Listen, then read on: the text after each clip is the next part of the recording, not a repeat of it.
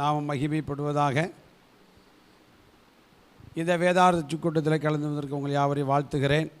அதே போல் ஆன்லைன் சர்வீஸில் இணைந்திருக்கிற தமிழ் பிள்ளைகள் ஒவ்வொருவருக்கும் ஜோதி நகர் இதய தேவசபையின் சார்பாக எங்கள் அன்பின் வாழ்த்துக்களை தெரியப்படுத்திக் கொள்கிறோம். கர்த்தர் ஆசீர்வதிப்பாராக. கடந்த நாட்களே நாம் ரோம நிருபத்துடைய முகவுரைகளை நாம் சிந்தித்து கொண்டிருந்தோம். தொடர்ந்து நாம் ரோம நிருபத்திற்குள்ளாக கடந்த வாரத்திலே முகவுரையான காரியங்களுடைய அடிப்படையிலே நாம் என்ன செய்திருக்கிறோம், சில காரியங்களை சிந்திப்பதற்கு தேவன் நமக்கு கிருபை செய்திருக்கிறார். இந்த 16 அதிகாரங்களும் பார்த்திங்கன்னா 3 தலைப்பின் கீழாக நிச்சயப்பட்டிருக்கிறது, பிரிக்கப்பட்டிருக்கிறது. 3 தலைப்பு, 16 அதிகாரங்கள். 1 முதல் 8 வரை உள்ள அதிகாரங்களை உபதேச சத்தியங்கள். 1 முதல் 8 வரைக்கும் அப்படின்னா உபதேச சத்தியங்கள் அப்படின்ட்டு, அதாவது நாம் அறிந்து கொள்ள வேண்டிய விஷயம், பிரசங்கிக்கப்பட வேண்டிய உபதேசம். அப்போ அதை இன்னொரு வகையில் நம்ம சொல்லப்போனால் நம்ம தெரிந்து வைத்திருக்க வேண்டிய விஷயங்கள், அறிந்து கொள்ள வேண்டிய விஷயங்கள். உபதேசம் அப்படின்னா கண்டிப்பான நம்ம அறிந்து கொள்ள வேண்டிய சில காரியங்களை அங்கு அப்போஸ்தலனாகிய பவுல் முதல் 8 அதிகாரங்களில் எழுதுகிறார்.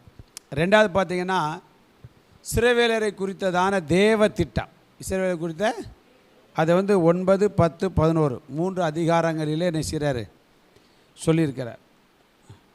3வது கிறிஸ்தவ நடைமுறை வாழ்க்கை, நம்ம வாழ்க்கையில் எப்படி நடக்கணும், அப்படி நடந்தால் நமக்கு என்ன ஆசீர்வாதங்கள் என்பதை 12, 13, 14, 15, 16 ஆகிய அதிகாரங்களிலே மிக தெளிவாக இருந்துச்சு. அப்போ ரோமருக்கு எழுதின நிருபம் அப்படின்னா நம்ம மனசில் வர வேண்டியது உபதேசங்கள் அல்லது நாம் அறிந்து கொள்ள வேண்டிய விஷயம். முதல் 8 அதிகாரம். அதுக்கு பிறகு இருக்கிற 3, 9, 10, 11 இஸ்ரவேலரை குறித்த தேவ திட்டங்கள். 3வது பார்த்திங்க அப்படின்னா நடைமுறை வாழ்க்கையில் நம்ம எப்படி நடக்கணும், தேவ பிள்ளைகள் கிறிஸ்தவ பிள்ளைகள் எப்படி நடக்க வேண்டும், நடந்தால் என்ன நன்மைகள் நமக்கு காத்திருக்கிறது. இந்த 3 தலைப்பை நம்ம மனதில் வைத்து கொண்டாலே ரோமருக்கு எழுதிய நிருபத்தை என்ன செய்யலாம், புரிந்து கொள்ளலாம், விளங்கி கொள்ளலாம். இந்த 3 மனசில் இருக்கணும். அல்லேலூயா, சோத்திரம். எப்போ தூக்கத்தில் எழுப்பி கேட்டாலும் என்ன செய்யணும், சொல்லிடணும். முதல் 8 அதிகாரங்கள் உபதேச சட்டங்கள் அல்லது நாம் அறிந்து கொள்ள வேண்டிய, உபதேசிக்க வேண்டிய, ஊழியக்காரங்க உபதேசிக்க வேண்டியது. ரெண்டாவது நாம் எல்லாருமே அதை அறிந்து கொள்ள வேண்டிய சம்பவங்கள். அது தெரியாமல் என்ன செய்ய இருக்கக்கூடாது. பாவத்தை குறித்து, பாவத்திலிருந்து ஆண்டவர் எப்படி நமக்கு விடுதலை கொடுத்தாரு, இயேசு நமக்கு என்ன நன்மை செய்திருக்கார், இதெல்லாம் நம்ம அறிஞ்சிக்கிறோம் இல்லையா, அதை தான் அங்கே சொல்லப்பட்டிருக்கு.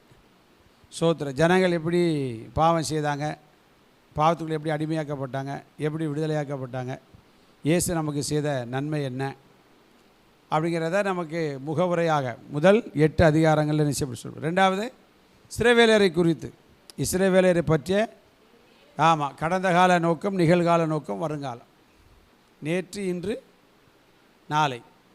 யாரை பற்றி, இஸ்ரவேலரை பற்றி. 3வது தலைப்பு கடைசி 5 அதிகாரங்களும் கிறிஸ்தவ நடைமுறை வாழ்க்கை இப்படி தான் நடக்க வேண்டும் என்பதை ஆவியானவர் பவுலின் மூலமாக ரோமாபுரி சபைக்கு, இதை படிச்சிட்டாலே நீங்கள் 75% என்ன செய்தாச்சு, ரோமருக்கு எழுதிய நிருபத்தை புரிந்து கொண்டாச்சு. இதன் அடிப்படையிலே நம்ம தொடர்ந்து சிந்திப்பதற்கு தேவன் நமக்கு என்ன செய்வாராக, கிருபை தருவாராக. இப்படி சுருக்கமாக தெரிஞ்சுக்கணும். அப்போ தான் ஒரு ஆகமத்தினுடைய ரகசியங்களை எளிதாய் புரிந்து கொள்ளலாம். அப்போஸ்தலர் நடவடிக்கைன்னு சொன்னாலே 2 தலைப்பு தான், ஒன்று பேதுரு, இன்னொன்று பவுல். ஒன்று பேதுரு, இப்படி தான் ஒவ்வொரு சப்ஜெக்டையும் நம்ம புரிந்து கொள்ள முடியும். எபிரேயர் அப்படின்னா எல்லாரை காட்டிலும் இயேசு மேலானவர், ஒரே தலைப்பு தான். 13 அதிகாரங்களும் யாரை காட்டிலும் இயேசு மேலானவர், அவ்வளோதான். இப்படி நாம் அறிந்து வைத்து கொண்டால் நமக்கு சரி. முகவுரையாக கடந்த வாரத்தில் பவுல் எவ்விதமாய் ஒரு வாழ்த்து சொல்லுகிறார் அப்படின்னு செய்தார். அவரே தன்னை பற்றி என்ன சொல்ல, அறிமுக வார்த்தைகள் 17 1 அதிகாரத்தில் 17 வசனங்களும் முகவுரையாக சொல்லுகிறார். யாரை பற்றி, தன்னை பற்றி சொல்லுகிறார், இயேசு கிறிஸ்துவை பற்றி சொல்லுகிறார், ரோமாபுரி சபையாரை குறித்து சொல்லுகிறார். மனுஷன் எப்படி பாவத்துக்குள்ளே விழுந்தான் அப்படிங்கிறதெல்லாம் என்ன செய்கிறாரு, முடிவுரையில், அந்த அதிகாரத்தை முடிவுரையில் என்ன செய்கிறாரு, அவர் எழுதுகிறதை நாம் அங்கே என்ன செய்கிறோம், பார்க்க முடிகிறது. சரி, போன வாரத்தில் தன்னை குறித்து அவன் தெளிவாக சொன்னான். 3 காரியத்தை சொன்னான். ஒன்று, அப்போஸ்தலனாகும்படி அழைக்கப்பட்டவன், தேவனுடைய சுவிசேஷத்திற்காக என்ன செய்த, ஆமாம், ஒன்று ஊழியக்காரன், 2வது அப்போஸ்தலன் அழைக்கப்பட்டவன், 3வது பிரித்தெடுக்கப்பட்டவன். அப்போ தேவனுடைய பிள்ளைகள் நம்மை குறித்து அறிந்து கொள்ள வேண்டிய விஷயம் என்ன அப்படின்னா, நமக்கு தேவனுக்கு இருக்கிற அந்த உறவை தான் என்ன செய்யணும். நம்ம பொதுவாக சபையை தவிர வேறு எங்கேயுமே நம்ம யாரும் நினைச்ச மாட்டோம். சொல்லுவோம், இன்னாருடைய மகன் அல்லது இன்னும் வேலை பார்க்குறேன். எது வராது அப்படின்னா, ஒரு பெந்தேகோஸ்து விசுவாசி, நான் இத்தனை வருஷமா, ஆமாம், ஆண்டவருடைய பிள்ளை அப்படிங்கிறது வாரது ரொம்ப லேட்டாக வரும், ரொம்ப லேட்டாக தான் வரும்.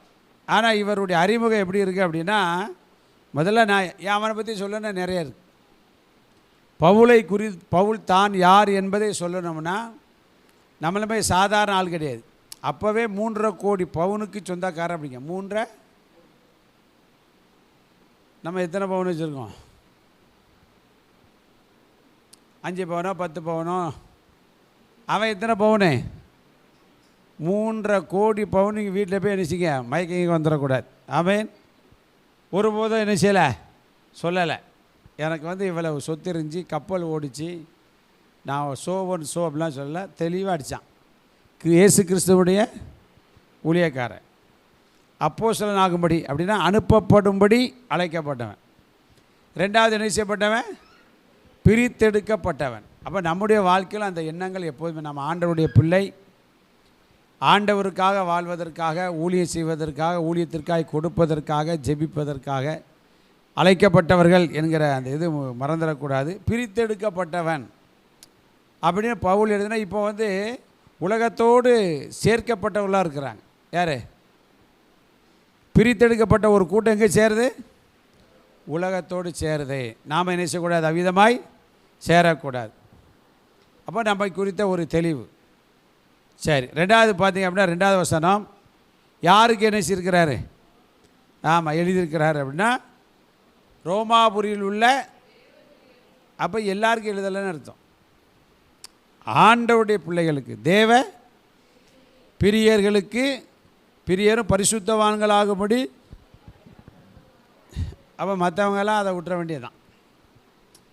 நீங்கள் பாருங்கள் எவ்வளோ அற்புதமாக இல்லை. ரோமாபுரியில் தேவ பிரியர் அப்படின்னா தேவனை பிரியப்படுத்துகிறவர்கள், ஆண்டவரை தனக்கு நண்பனாக, சகோதரனாக, தெய்வமாக, அவருக்கு பிரியமானதே செய்ய வேண்டும் என்று வாழ்கிற தேவ பிரியருக்கு என்ன செய்கிறாங்க?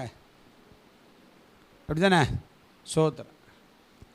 அதாவது சினிமா பிரியர் அப்படி தானே? இப்போ எடுத்துக்கிட்டால் நிறைய பிரியர் இருக்காங்க. சினிமா பிரியர் வேற, விளையாட்டு பிரியர் அப்படி தானே? அரசியல் பிரியர்,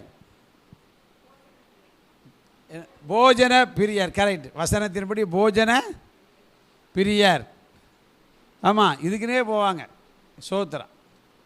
இப்படி ஏகப்பட்ட பிரியர் என்ன செய்கிறாங்க? ஆமாம், பைபிளே இருக்கான், வெள்ளாண்மை பிரியர். இப்போ கூடிய மட்டும் பார்த்தீங்கன்னா விளம்பர பிரியர்கள் பெருகிட்டு வராங்க. என்ன பிரியர்? ஃபோட்டோ போடுறணும். என் ஃபோட்டோ வந்துட்டாலே அப்படியே எங்கேயோ பரலவத்துக்கு போகிறோமே, ஆண்டவர் அங்கே தள்ளி விட்டுருவார். பெருமை உள்ளவனுக்கு போட்டா, ஒரே போட்டா அப்படின்னா போட்டா அப்படின்றார். ஆண்டவர் அதில் ஒரு சீல் குத்துனார்னா நோட்டாவில் குத்திடுவார். உன்னை அறியேன் அப்படின்னு. உன்னை நான் சொல்ல, பைபிள் தான் சொல்லுது. நாமளே நாற்பத்தி தீர்க்கதரிசனம் ஒருத்த அதை வச்சதேன். ஆண்டவர் என்ன குத்துனார்? நோட்டான்னு அடிச்சார். உன்னை எனக்கு தெரியாது அப்படின்னு நினைச்சிட்டாரு. சொல்லுகிறதே நான் பார்க்கணும். சரி, அப்போ நம்ம எப்போதுமே எப்படி இருக்கணும்? தேவ பிரியராக இருக்க பழகணும். ஆமாம், ஆண்டவருடைய பிரியர்களாக துதிக்கிறதிலே, ஜெபிப்பதிலே, ஆலயத்துக்கு வருவதிலே. ஸ்தோத்திரம். நம்ம எல்லாரும் பாக்கியவான்கள். என்ன அப்படின்னா, தேவ பிரியராக இருப்பது நமக்கு ஒரு மிகப்பெரிய ஆசீர்வாதம். அது மட்டும் இல்லை, பரிசுத்தவான்களாகும்படி. ஆமாம், இன்றைக்கி கிறிஸ்தவன் அப்படின்னு போட்டால் போதுன்னு நினைக்கிறாங்க. தேவன் அதற்காக என்ன செய்யலை, அப்படி பெயர் போடுறதுக்கு ஏகப்பட்ட கூட்டம் இருக்குது. தேவன் எதற்கு அழைத்திருக்கிற, கிறிஸ்தவனாகும் தேவனுக்காக வாழும்படி, பரிசுத்தவான்களாகும்படி. பேதுரு எழுதினா, உங்களை அழைத்தவர் பரிசுத்தராக இருக்கிறது போல நீங்கள் நடக்கைகள் எல்லாவற்றிலும் என்ன செய்யுங்க. அப்போ நம்ம அழைத்ததே எதற்கு அப்படின்னா பரிசுத்தவான்களாகும்படி தான். இன்றைக்கி அழைக்கப்பட்டதே தெரியாமல் என்ன செய்கிறது. பவுல் எழுதினார் இல்லையா, பணப்பிரியராய், தற்பிரியராய், சுகபோக பிரியராய், எதிர்த்து பேசுகிறவர்களாய், கீழ்ப்படியாதவர்களாய், ஒரு பெரிய லிஸ்ட்டே போட்டார் 3ஆம் அதிகாரத்தில். அப்படிப்பட்ட ஒரு வாழ்க்கை வாழ்கிறார்கள். நாம் அழைக்கப்பட்ட எதற்கு ஸ்தோத்திரம் என்பதை நாம் தெரிந்து கொள்ள வேண்டும். பரிசுத்தமாக வேண்டும். அதான் சொல்ல, பரிசுத்தமாகிறவன்.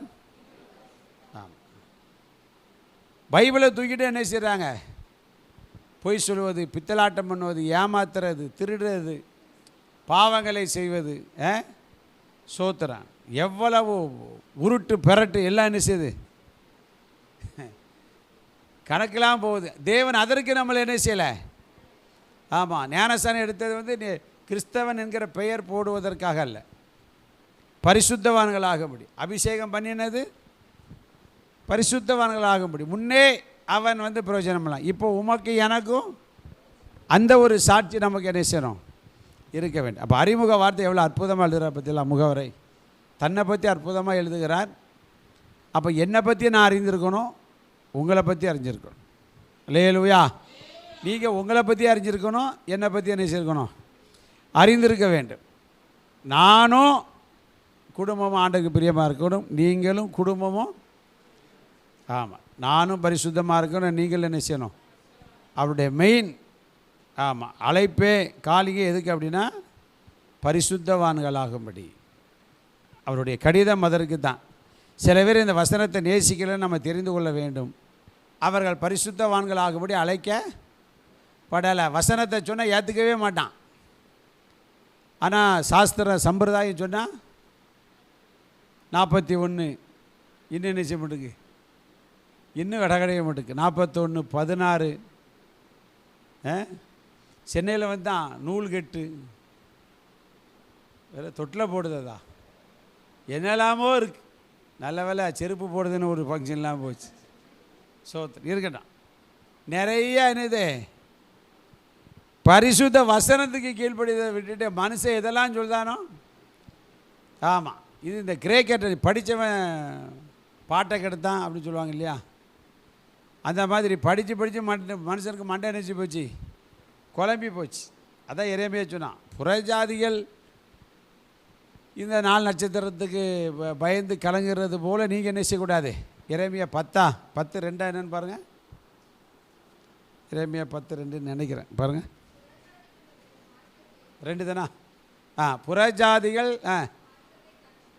பாருங்கள், புறஜாதிகள் மார்க்கத்தை என்ன செய்ய வேண்டாம், கற்றுக்கொள்ள வேண்டாம். வாசி தப்பாசி என்ன சொல்தானா,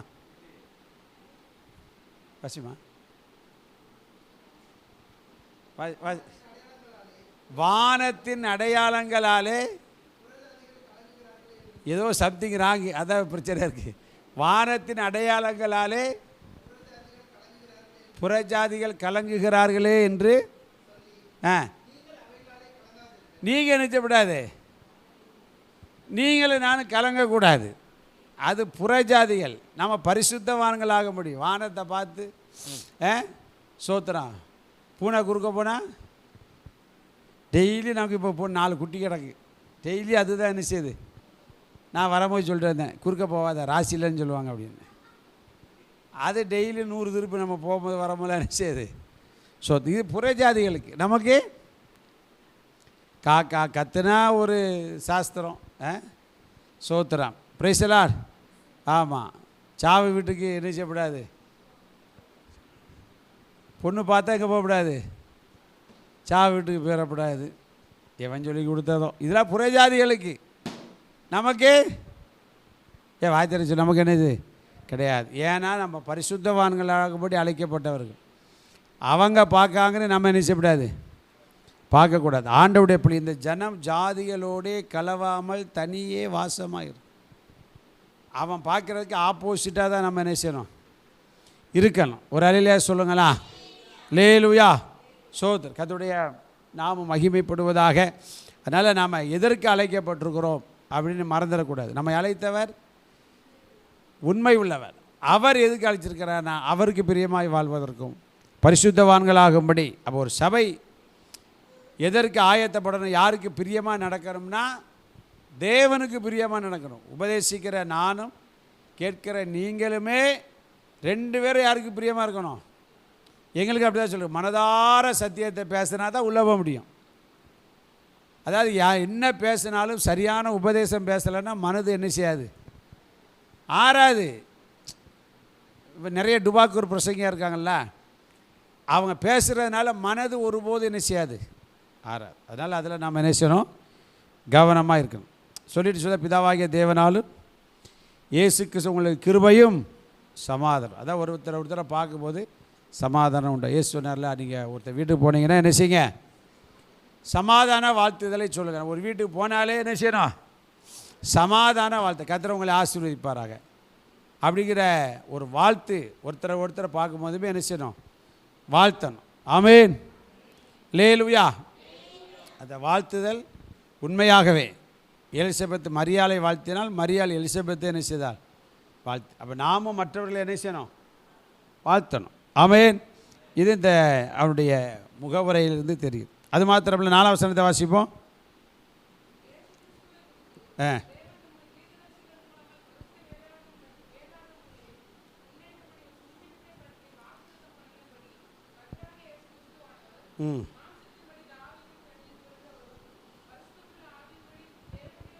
சுதன் என்று பலமாய் ரூபிக்கப்பட்ட தேவக்கும். அப்போ என்ன சொல்கிறாரு அப்படின்னு பார்த்தீங்கன்னா, 4-5 வசனங்களில் இயேசு கிறிஸ்துவை குறித்து நான் ஏதோ ஒரு புதுசாக உங்களுக்கு நான் சொல்ல போகிற கிடையாது. புதுசாக நினச்சல சொல்லலை.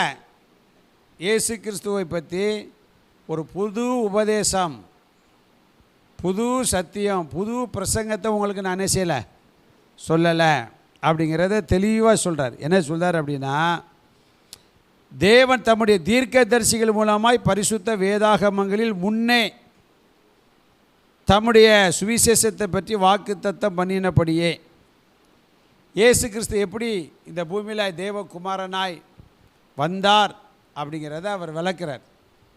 நான் உங்களுக்கு சொல்லலை.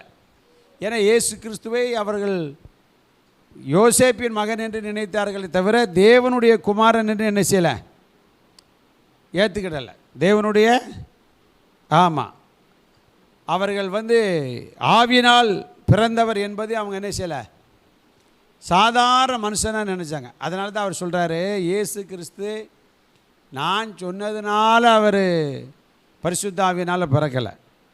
நம்முடைய முன்னாடி உள்ள தீர்க்கதரிசிகள் பைபிளை ஏற்கனவே இயேசு கிறிஸ்துவை பற்றி என்ன செய்யிருக்கேன், ரோமர் 1:4 நான் புதுசாக சொல்லலை, முன்னாடி ஆதியாமத்தில் இருந்தே சொல்லப்பட்டிருக்கா இல்லையா?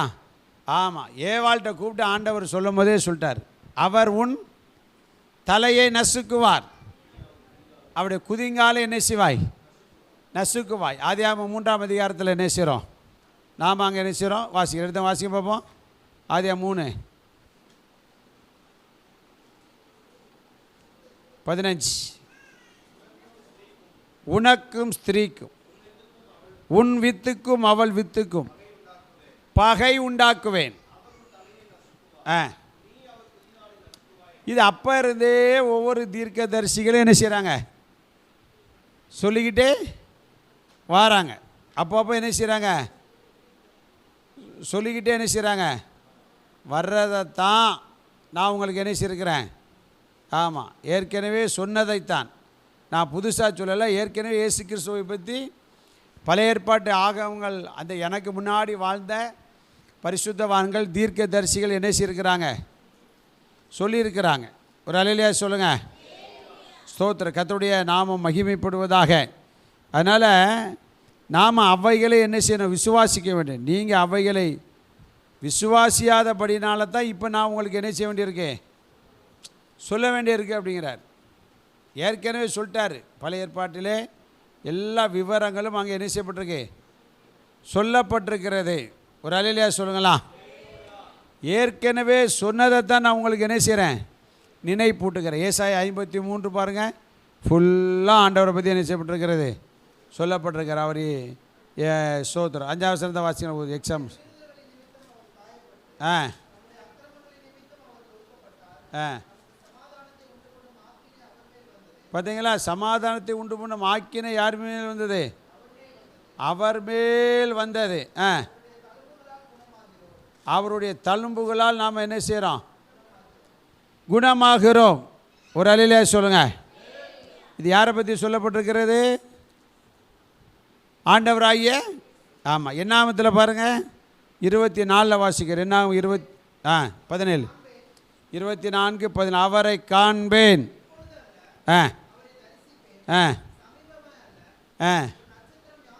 ஒரு நட்சத்திரம் யாக்கோபில் என்ன செய்யும், உதிக்கும். ஒரு செங்கோல் இஸ்ரவேலில் இருந்து என்ன செய்யும், எழும்பும். எரேமியா சொல்லியிருக்கிறார். இப்படியே ஒவ்வொருத்தரும் பார்த்தீங்க அப்படின்னா தீர்க்க தரிசனம் சொல்லியிருக்கிறாங்க.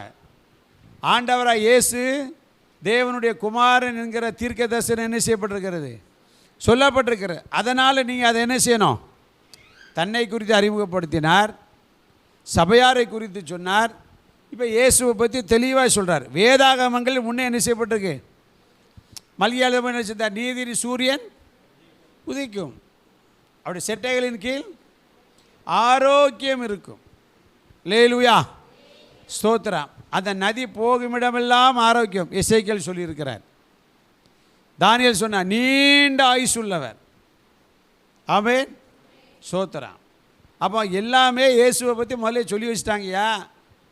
என்னமோ உனக்கு தெரியாததை நான் புதுசாக சொல்லலை, நீ அதை வாசிக்கலை. ஆனால் நான் இப்போ அவரை குறித்து என்ன செய்திருக்கிறேன், அறிந்திருக்கிறேன். வாக்குத்தத்தம் பண்ணினபடி, எப்படி நம்முடைய முன்னோர்களுக்கு, தீர்க்கதரிசிகளுக்கு, ஊழியக்காரங்களுக்கு வாக்குத்தத்தம் பண்ணினபடி வம்சத்தின்படி அவர் என்ன செய்தார், தாவீதின் சந்ததியில் பிறந்தவர். அப்படி தானே? ஆமாம், தாவீதின் சந்ததியில் அவர் என்ன செய்திருக்காரு. மத்தேயு 1:1 வாசிங்க.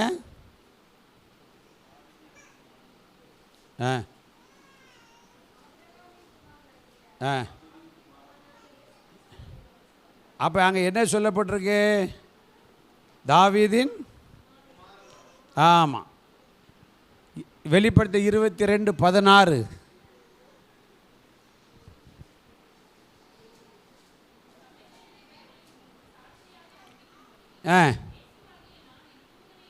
இயேசுவாகிய நான் தூதனை அனுப்பினேன், நான் தாவீதின் வேரும் சந்ததியும் நட்சத்திரமாய் இருக்கிறேன் என்றார். ஒரு அல்லேலூயா சொல்லுங்களா. அப்போ தாவீதின் வேறு என்பது என்ன செய்யப்பட்டது, அதான் மாம்சத்தின்படி அவர் தாவீது சந்ததியில் பிறந்து தீர்க்கதரிசிகள் முன்னறிவித்தவர் என்பதை நிரூபித்தவர், பலமாய் ரூபிக்கப்பட்டவர். தாவீது வம்சத்தில் பிறந்ததுனால அவர்கள் சொன்ன தீர்க்க தரிசனம் என்ன செய்யுது, நிறைவேறினது. ரெண்டாவது பார்த்தீங்க அப்படின்னா, பரிசுத்தமுள்ள ஆவியின்படி தேவனுடைய சுதன் என்று மாம்சத்தின்படி தாவீது சந்ததியில் பிறந்தார். ஆவியின்படி செத்து உயிர்த்தெழுந்து தேவனுடைய குமாரன் என்று என்ன செய்தார், பலமாய் ரூபித்து காண்பித்தார். மரித்தார், மரித்தேன் ஆனால் இதோ. அப்போ அவர் நிரூபித்து காண்பித்தவர். ஏற்கனவே சொல்லப்பட்டது, இப்போது உங்களுக்கு திரும்ப என்ன செய்யப்படுகிறது, சொல்லப்பட்டிருக்கிறது. ஒரு அல்லேலூயா சொல்லுங்களா. அல்லேலூயா. அப்போ இயேசுவானவர் திடீர்னு வந்தவர் கிடையாது. இயேசுவானவர் திடீர்னு வந்தவர் கிடையாது. புதிய ஏற்பாட்டில் உள்ளவர் கிடையாது. 66 ஆகமங்களில் உள்ளவர் இயேசு. ஆமென் ஸ்தோத்திரம். கர்த்தருடைய நாமம் மகிமைப்படுவதாக. அவர் நமக்கு என்ன தந்திருக்கிறார் அப்படின்னு அடுத்த அறிமுகம். நான் யார் என்கிற அறிமுகம், சபையார் எப்படிப்பட்டவர் என்கிறதான ஒரு அறிமுகம், இயேசு கிறிஸ்து யார் என்கிற அறிமுகம், அவர் நம்மளை எதற்கு என்ன செய்தார், நமக்கு என்ன செய்தார். வாசிங்க 6:7.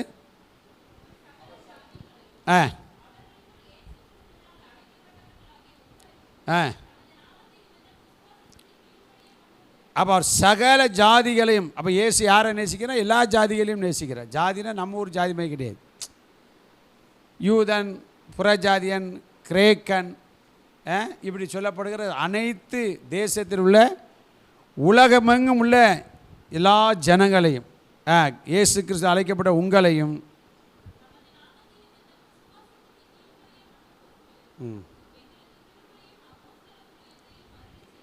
சரி. அப்போ நான் இயேசு கிறிஸ்துவை பற்றி புதிய ஏற்பாட்டை பற்றி ஏறக்குறைய இந்த ரோமர் நிருபத்து 60 தடவைக்கு மேலே பல திருஷ்டாந்தரங்களை இணைச்சிருக்கிறாரு. பவுல் குறிப்பிட்டிருக்கிறார். எத்தனை தடவைக்கு மேலே? ஆமாம், ஏறக்குறைய 60 தடவைக்கு மேலே பல ஏற்பாட்டு சம்பவங்களை நமக்கு என்ன செய்கிறாரு? தன்னுடைய நிருபங்களில் கோடிட்டு காட்டுகிறார். ஏன்னா இது புதுசாக இவன் சொல்கிறான்னு நீ நினச்சிடக்கூடாது. ஏற்கனவே சொன்னது தான். அப்படி தானே? ஏற்கனவே சொன்னது தான். அங்கே ஆலயத்தை கேட்ட எழும்பும்போது பிரச்சனை வந்துச்சு பார்த்தீங்களா? அப்போ அவன் சொன்னான், கோரேஸ் ராஜா எங்களுக்கு, அப்புறம் தரியு ராஜா என்ன செய்தார்? ஆமாம், அதன்படி நாங்கள் என்ன செய்கிறோம்? அப்போ சொல்லும்போது அங்கே என்ன செய்யுது? எல்லாமே டேன் ஆயிடுது. அல்லேலூயா. அதனால் இயேசு கிறிஸ்து நான் சொன்னவரில் அப்போ உங்கள் அப்பா, உங்கள் அப்பாவுக்கு அப்பா, அப்பாவுக்கு அப்பாவுக்கு அப்பா, அப்போ நம்முடைய முன்னோர்கள் அறிவித்த அந்த இயேசுவை தான் நான் உங்களுக்கு என்ன செய்கிறேன்? அறிவிக்கிறேன் என்று சொல்லி பல ஏற்பாட்டு சம்பவங்களே தன் நிருபங்களில் 60 தடவைக்கு மேலாக நினைச்சிருக்கிறாரு, சுட்டி கோடிட்டு காண்பித்திருக்கிறார். சரி, இருக்கட்டும். அது மாத்திரமில்ல, அவர் ஏன் நம்மளை அழைச்சார் அப்படின்னா, அவருடைய தமது நாமத்தின் நிமித்தம் விசுவாசத்திற்கு என்ன செய்யணும்? ஏன் நமக்கு புதிய ஏற்பாட்டின் தீர்க்க தரிசனம் எது தான்? 1:17 தான் சொன்னோம் இல்லையா? விசுவாசத்தினாலே என்ன விசுவாசம்? இயேசு கிறிஸ்துவை பற்றிய விசுவாசம். என்ன விசுவாசம்? ஆமாம், நாம் எப்படி நடக்கலை? 2 கொரிந்தியர் 5:5 நினைக்கிறேன். நாம் தரிசித்து நடவாமல் விசுவாசித்து நடக்கும். தரிசித்துனா பார்த்து கண்ணால் ஓ இவர் தான் இயேசுவா அப்படி நம்ம என்ன செய்யலை? தோமாட்ட அதான் சொன்னா, ஐயோ தோமா, 12 சீசரில் தைரியசாலி தோமா தான். ஆனால் இப்போ சொல்ல நான் தொட்டு பார்க்கணுங்க, விரலை விட்டு பார்க்கணுங்க, அவரை உரசி பார்க்கணுங்க, என்னெல்லாம் என்ன வருது பாருங்க அவனுக்கு. அதான் தோமாட்ட சொன்னா, ஏ தோமா நீ என்ன செய்யாத, அவிசுவாசியாக இராமல் விசுவாசர் கண்டு விசுவாசிக்கிறவனை காட்டிலும் நமக்கு ஏன் ஒரு மேன்மையான இடம் அப்படின்னா, பழைய ஏற்பாட்டு பரிசுத்தவான்களாம் அவரை கண்ணால் பார்த்தாச்சு. இயேசுவானவர் வாழ்ந்த நாட்களில் அவங்களும் என்ன செய்யிட்டாங்க? பார்த்துட்டாங்க. ஆனால் நீங்களும் நானும் பார்க்கலை, விசுவாசிக்கிறோம். ஒரு அலையிலையா சொல்லுங்களா? என்ன செய்கிறோம்? இப்போவும் யாரெல்லாம் இயேசுவை விசுவாசிக்கிறார்களோ அவர்களுக்கெல்லாம் விடுதலை, சந்தோஷம், சமாதானம், நிம்மதி. ஆமென். அதுக்கு தான் நமக்கு என்ன கிடையாது? சிலுவை கிடையாது, சுரூபம் கிடையாது. அதை பார்த்து எங்கேயாவது அந்தியோகியா பட்டணத்தில் சீசர்களுக்கு என்ன வந்தது? ஒருத்தனாவது சிலுவை போட்டதா நிச்சயல. நாம் சொல்கிறோம் சிலுவை அதை ஒரு அடையாளமாக ஆகி போச்சுன்னு வைங்க. ஆனால் அப்போம்லாம் அவர்கள்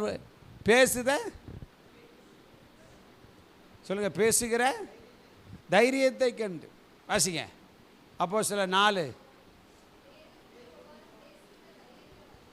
பேதுரு யோவானு பேசுகிற தைரியத்தை எதை கண்டு?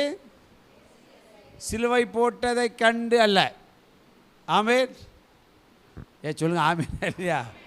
சோத்திரம். அது பாவமும் இல்லை, வேதத்தில் விட தெரியணும் இல்லையா? அவங்க சிலுவை போட்டதை கண்டு இல்லை. வசிமா படிப்பறியாதவர்கள் என்றும் பேதமை உள்ளவர்கள் ஒரு மாதிரி அழைஞ்சிருக்காங்க. நம்ம பாஷை சொல்ல 3, 4, 2 அந்த மாதிரி அறிந்தபடியினால் ஆச்சரியப்பட்டு, ஆஹா அவன் இயேசுவுடனே கூட இருந்தவர்கள் என்று கண்டுகொண்டார். அதனால தான் அந்தியோகியில் அவங்க பார்த்து இவங்க கிறிஸ்தவர்கள் போல தெரியுது. இயேசுநாதர்கிட்ட இருந்து அது. அப்போ நம்மகிட்ட அது இருக்கணும். நம்ம அதை வாஞ்சிக்காதபடியினால சரி சிலுவையை போட்டுக்கொண்டு விட்டார். நாம் என் மூலமாக ஒரு அற்புதம் நடக்கணியான்னு ஜெபித்திருந்தால் கண்டிப்பாக ஒரு அற்புதம் நடக்கும். அல்லேலூயா, சோத்திர. பேய் ஓடணும்னு நினச்சிருந்தா நம்ம ஜோம் பண்ணி பேய் என்ன செய்யும்? ஓடும். நம்ம அதை நினைக்கலை. நம்ம என்ன செய்கிறோம்? அடையாளமாய் பேசாமல் ஒரு கிராமில் வாங்கி போட்டால் பிரச்சனை தீர்ந்ததுன்னு நினைக்கிறோம். அது ஈஸி. ஆனால் எதில் நம்மளோட பேச்சில் வெளிப்படணும். பேச்சே வர மாட்டுக்க, ஜெபமே என்ன செய்ய மாட்டுக்கு, ஓட மாட்டுக்கு. ஒரு அரை மணி நேரம் சோத்திரம் பண்ணுங்கன்னா முடிய மாட்டுக்கு. ஜெபத்தில் பேச்சில் நமக்கு என்ன செய்யணும்? பேசுகிற தைரியத்தை கண்டார். ஏன்னா அங்கே வந்திருக்க அத்தனை பேரும் படித்தவன். இந்த ஆலோசனை சங்கத்தில் வந்தவன் அத்தனை பேர் எப்படி படித்தவன்? பிரதான ஆசாரியன், வேதபாரகன், பரிசேயன், சதுசேயன், நியாயசாஸ்திரி. அவ்வளோ பேரும் கரைச்சி குடித்தவன் உட்காந்துருக்கான். இவன் பேசுத பேச்சு அவன் அடித்து ஓவர்டேக் பண்ணி வண்டி போகுது அவர்கள். ஆனால் அவங்கள பற்றி தெளிவாக தெரியும். ஒரு பேரும் மலைக்கு கூட எங்கே போகல, ஸ்கூல் போகல. அதே போல் கொஞ்சம் பேதைமையான ஆட்கள். அதை வாங்கிட்டு வா அப்படின்னா சரி கொண்டாங்கய்யா. ஆனால் இப்போ அவன் பேசுகிறத பார்த்தா எப்படி தெரியுதா? இவர்கள் இயேசுவோடு கூட இருந்தவர்கள். கையை தட்டி கத்திர மையப்படுத்துங்களாம். அப்போ இயேசுவோடு கூட இருந்தால் நம்ம பேச்சு எப்படி இருக்கும்? படித்தவர்களை காட்டிலும். ஆமென், சோத்திரம். அதனால தான் எஸ்ரா எழுதினா 119ஆம் சங்கீதத்தில், எனக்கு கற்றுக் கொடுத்தவர்களை காட்டிலும் அதிக ஞானம் உள்ளவனாக இருக்கிறேன். எத்தனை? 98, 9, 100, 119.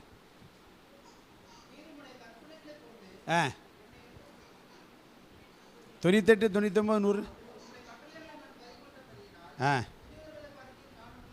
முதியோர்களை பார்க்க ஞானமுள்ளவனாக இருக்கிற, போதித்த எல்லாரையும் காட்டிடலாம்.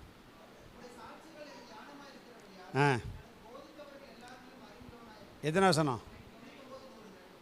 99, 100 ரெண்டும் கரெக்டு. சோத்திரம். நீர் வாசிப்பாத திருவாசி. நீர் பதிலா பைபிள் எனக்கு தியானமாக இருக்கிறபடியால் போதித்தவள் எல்லாரிலும் அறிவுள்ளவனாக இருக்கிற பாருங்க. அடுத்து பைபிள் வசனத்தை கை கொண்டபடியினால் முதியோர்களை பாருங்கள். அப்போ முதியோர் இடத்தில் ஞானம் உண்டு பைபிள் சொல்லுது. ஆனால் பைபிளே நம்ம படிச்சுக்கிட்டு இருந்தால் அவங்கள காட்டிலும் ஞானம் வந்துட்டு பார்த்தீங்களா? படித்தவங்க ஞானவானாக இருக்காங்க, ரைட். ஆனால் இவன் இயேசுவோடு கூட இருந்ததுனால அதை விட ஒரு தேவனுடைய ஞானம் விலையேற பெற்றது. அல்லேலூயா. அப்போ அதுக்கு என்ன வேணும் அப்படின்னா விசுவாசிக்கணும். ஆண்டவர் என்ன செய்யணும்? பேதுரு, யோவான், யாக்கோபுலாம் விசுவாசித்தாங்க. அதனால் ஸ்தேவான் பேசுகிறதெல்லாம் பார்த்து என்ன செய்தாங்களாம்? அதிர்ந்து போயிருந்தாங்க. அவன் தேவதூதர் முகம் போல பிரகாசிக்கிறது. ஏன்னா அவ்வளவு தூரம் தேவனோடு ஐக்கியப்படுறதுதான். அப்போ நம்முடைய அழைப்பு என்ன என்பதை நாம் என்ன புரிந்து கொள்ள வேண்டும். விசுவாசத்திற்கு கீழ்ப்படிந்தால் நம்மை மற்றவர்களுக்கு தேவனுடைய பிள்ளைகள் என்பதை என்ன செய்வாங்க? புரிந்து கொள்வார்கள். ஒரு ஆமென் சொல்லுங்களா? தேவ பிள்ளைகள் என்பதை, பரிசுத்தவான்கள் என்பதை, தேவ பிரியர் என்பதை கண்டுகொள்ள வேண்டும் என்பதற்காகத்தான் அவர் சொல்றாரு, கீழ்ப்படிய பண்ணும் பொருட்டு. அப்போ எங்களுக்கு வேலை என்ன? உங்களை கீழ்ப்படிய பண்ணணும். அல்லேலூயா. என்னத்தை சொல்லியாவது என்ன செய்யணும்? எதை வேணாலும் சொல்லலாம். ஆமென். கண்டனம் பண்ணி கடிந்து கொண்டு கண்டனம் பண்ணலாம், கடிந்து கொள்ளலாம். தாவீது பாஷையில் போனால் நீதிமான். ஆமாம், நம்ம பேசாமலே சொல்லிவிடுதாங்க சாபம் போடுதாங்க. சாபமும் போடலாம். உபாகம் 28, 14 வசனம், 13 வசனம் தான் ஆசீர்வாதம். மற்ற வசனம் ஃபுல்லாக ஒரே சாபம் தான். Praise the Lord. ஆனால் நம்ம ஆட்கள் சாபமாக பேசுகிறீங்களே. பாஸ்ட் என்ன போடுதாரு? அப்போ உபாகம் 28 கிழிச்சிருவோமா? கிழிச்சிடவா? கிடையாது. எதை சொல்லியாவது விசுவாசத்திற்கு என்ன செய்யணும்? எதுக்கு?